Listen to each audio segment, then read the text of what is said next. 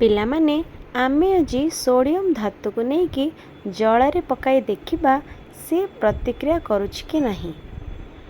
ଆମେ ଜାଣିଛନ୍ତି ସୋଡ଼ିୟମ୍ ଧାତୁ ଏକ ବହୁ ପରିମାଣରେ ପ୍ରତିକ୍ରିୟାଶୀଳ ଧାତୁ, ତେଣୁ ତାହାକୁ ବାୟୁରେ ଖୋଲା ଛଡ଼ାଯାଏ ନାହିଁ କି ଜଳରେ ମଧ୍ୟ ବୁଡ଼ାଇ ରଖାଯାଏ ନାହିଁ।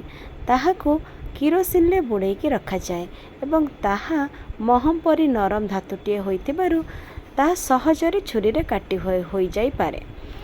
ତାହାର ଧାତୁ ବା ଧାତବ ଗୁଣ ପରୀକ୍ଷା କରିବା ପାଇଁ ଆମେ ଏକ ବ୍ୟାଟେରୀ ସାହାଯ୍ୟରେ ବା ବିଦ୍ୟୁତ ସର୍କିଟ ସାହାଯ୍ୟରେ ଦେଖିବା ତାହା ବିଦ୍ୟୁତ ସୁପରିବାହୀ ହେଉଛି କି ନାହିଁ।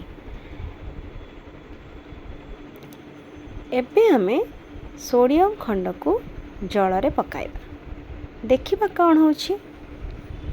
ଭଲ ଭାବରେ ଲକ୍ଷ୍ୟ କଲେ ଜଣାପଡ଼ିବ ସୋଡ଼ିୟମ୍ ଧାତୁଟି ଜଳରେ ବୁଡ଼ି ଯାଉନାହିଁ ଏବଂ ଜଳରେ ଗୋଟେ ସ୍ଥାନରେ ରହୁନାହିଁ, ଇତସ୍ତତ ଇଆଡ଼େ ସିଆଡ଼େ ବୁଲୁଛି ଏବଂ ସେଥିରୁ କିଛି ଗ୍ୟାସ୍ ମଧ୍ୟ ବାହାରୁଛି। ଆମେ ସେ ବିକରକୁ ଛୁଇଁଲେ ଦେଖିବା ବା ଅନୁଭବ କରିପାରିବା ସେଥିରୁ କିଛି ତାପ ମଧ୍ୟ ଉତ୍ପନ୍ନ ହେଉଛି। ତାହାର ଗୁଣ ଜାଣିବା ପାଇଁ, ସେଥିରୁ କେଉଁ ଗ୍ୟାସ୍ ବାହାରୁଛି ଜାଣିବା ପାଇଁ ଆମେ ଏକ ଟ୍ୟୁବରେ କିଛି ଗ୍ୟାସ୍କୁ ସଂଗ୍ରହ କରିବା ଏବଂ ଏକ ମହମବତୀ ପାଖରେ ଦେଖାଇବା। ଦେଖାଇଲେ ଆମେ ଜାଣିପାରିବା ଯେ ତାହା କେଉଁ ଗ୍ୟାସ୍। ଏବେ ଆମେ କ୍ୟାଣ୍ଡେଲ୍ ପାଖକୁ ନେବା।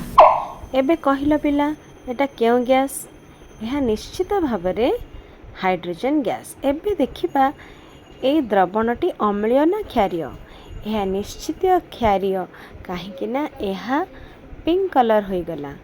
ଏଥିରୁ ଆମେ ପାଇଲେ ସୋଡ଼ିୟମ୍ ହାଇଡ୍ରୋକ୍ସାଇଡ୍ ଦ୍ରବଣ, ଯାହାକି ଏକ କ୍ଷାର। ତାହେଲେ ସୋଡ଼ିୟମ୍ ଧାତୁ ଜଳ ସହିତ ପ୍ରତିକ୍ରିୟା କରି ସୋଡ଼ିୟମ୍ ହାଇଡ୍ରୋକ୍ସାଇଡ୍ କ୍ଷାର ଏବଂ ଉଦ୍ଜାନ ଗ୍ୟାସ୍ ଉତ୍ପନ୍ନ କରେ।